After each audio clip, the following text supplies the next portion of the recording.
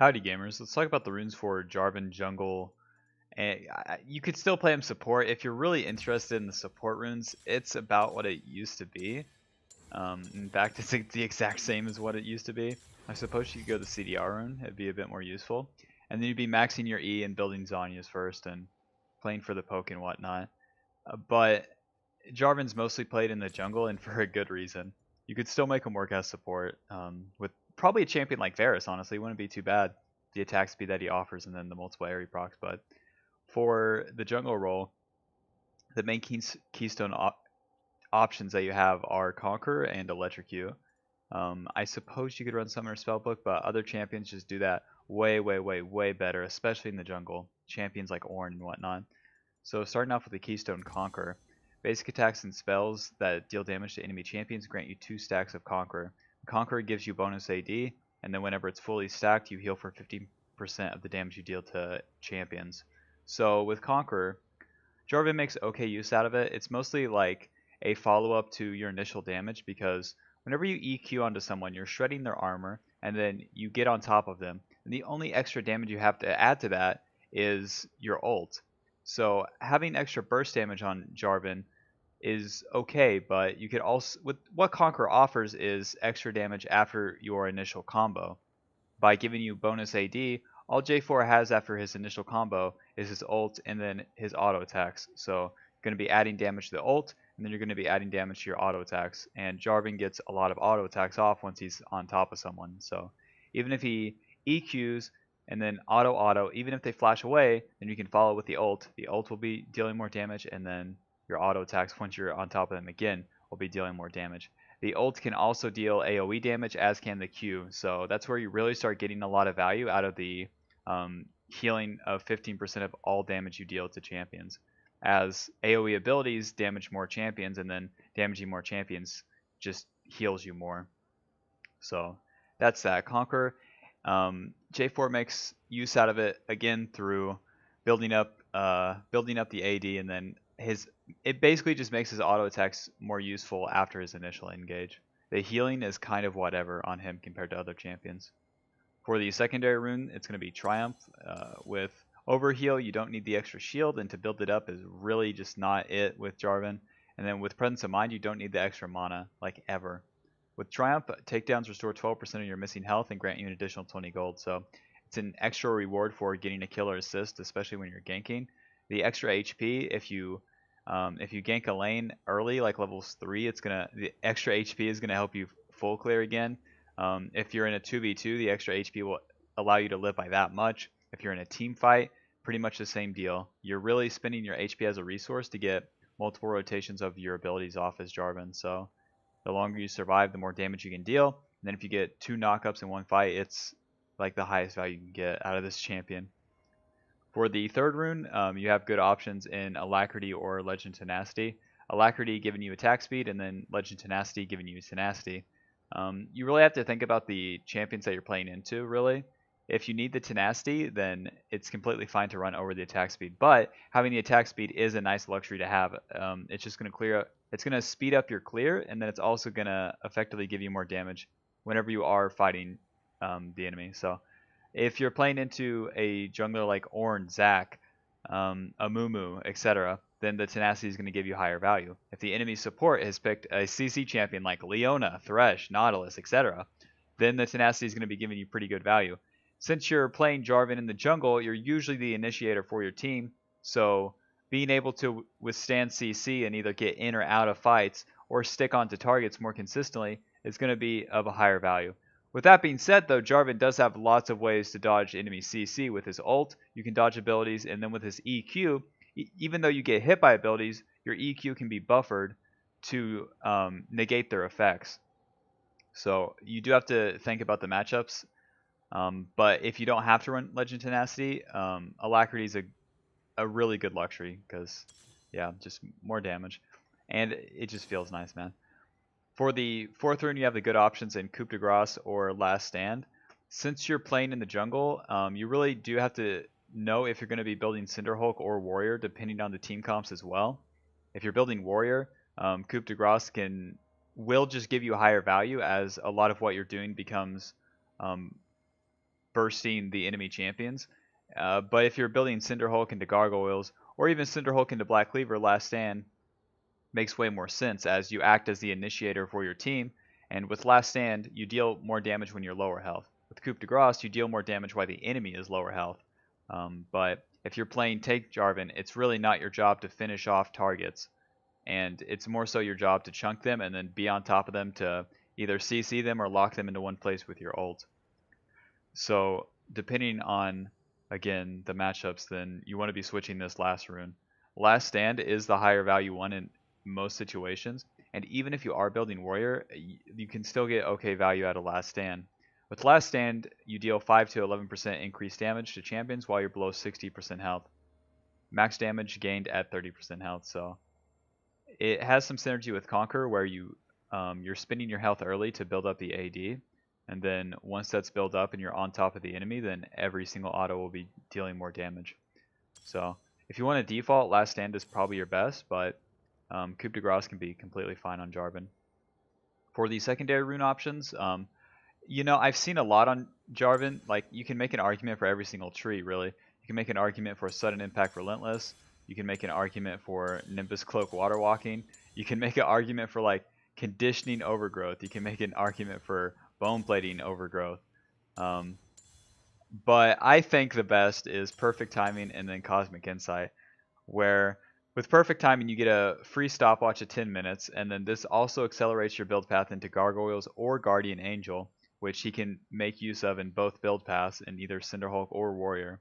And then even if you don't end up building an item out of it, the one-time stopwatch is very, very effective on Jarvan, as your early initiations, you are going to be, like, you're just going to take a lot of damage, and the stopwatch lets you dodge a lot of that initial turn when the enemy tries to turn onto you in, let's say, second or third dragon fight. So there's a ton of utility in Perfect Timing, and then if you end up building into GA or Gargoyles afterwards, the items just become cheaper, and they become or they have a lower cooldown because of Perfect Timing.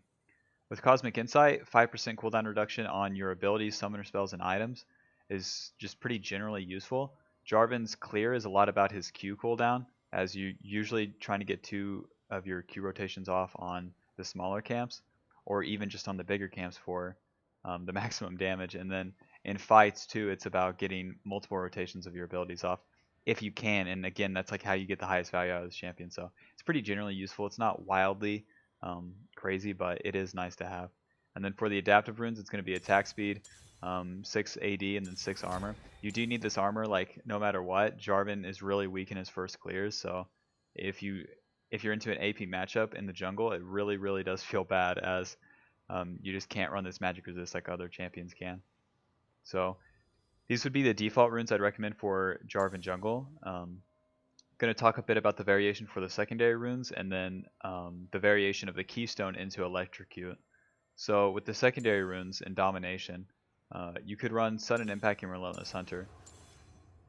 In my opinion, like, you need to outweigh Perfect Timing and then Cosmic Insight in a lot of cases. If you're not building, like, if you're trying to go for burst or something, then you should just run the Domination tree outright with Sudden Impact. It has higher synergy to have Sudden Impact in combination with Electrocute, as you're just empowering its damage more as well. With Conquer, it's more about building up your damage. Relentless Hunter is okay. Getting around the map faster is fine, but Water Walking would probably do its purpose about the same, as Jarvan's lane ganks are kind of the same value if he doesn't have Relentless Hunter. And you could also go Zombie Ward Relentless Hunter. You would build up bonus attack damage with this, but it's okay. It's just, again, there's champions that do it better, and a lot of what Jarvan does is either avoiding the wards with his EQ and then going for ganks, versus just moving into the lane and then sweeping and then leaving.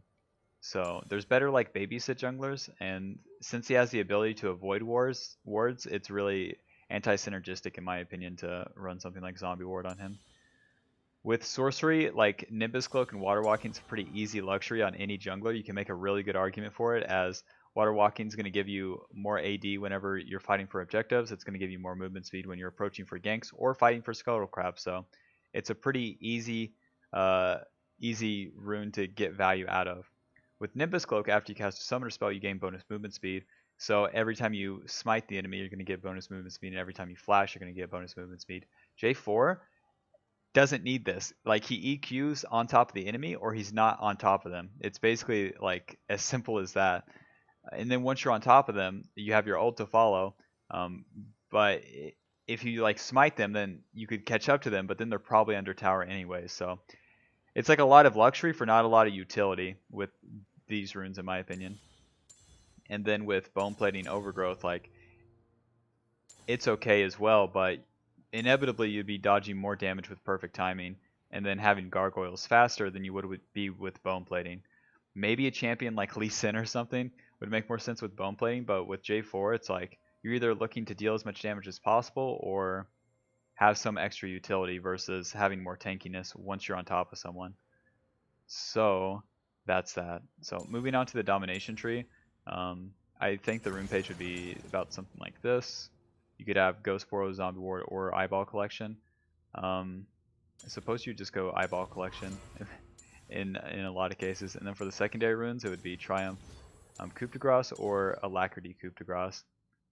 Since you're playing in solo queue, I think Alacrity is going to give you more value a lot of the time, as if you get that one extra auto off, especially if you're building all AD, as you should be with this rune page, then I think it's going to be giving you higher value. So starting off with the Keystone Electrocute, hitting an enemy champion with 3 separate attacks or abilities in 3 seconds deals bonus adaptive damage, and this is only on a 25-second cooldown to 20 based on your level, so effectively always 25.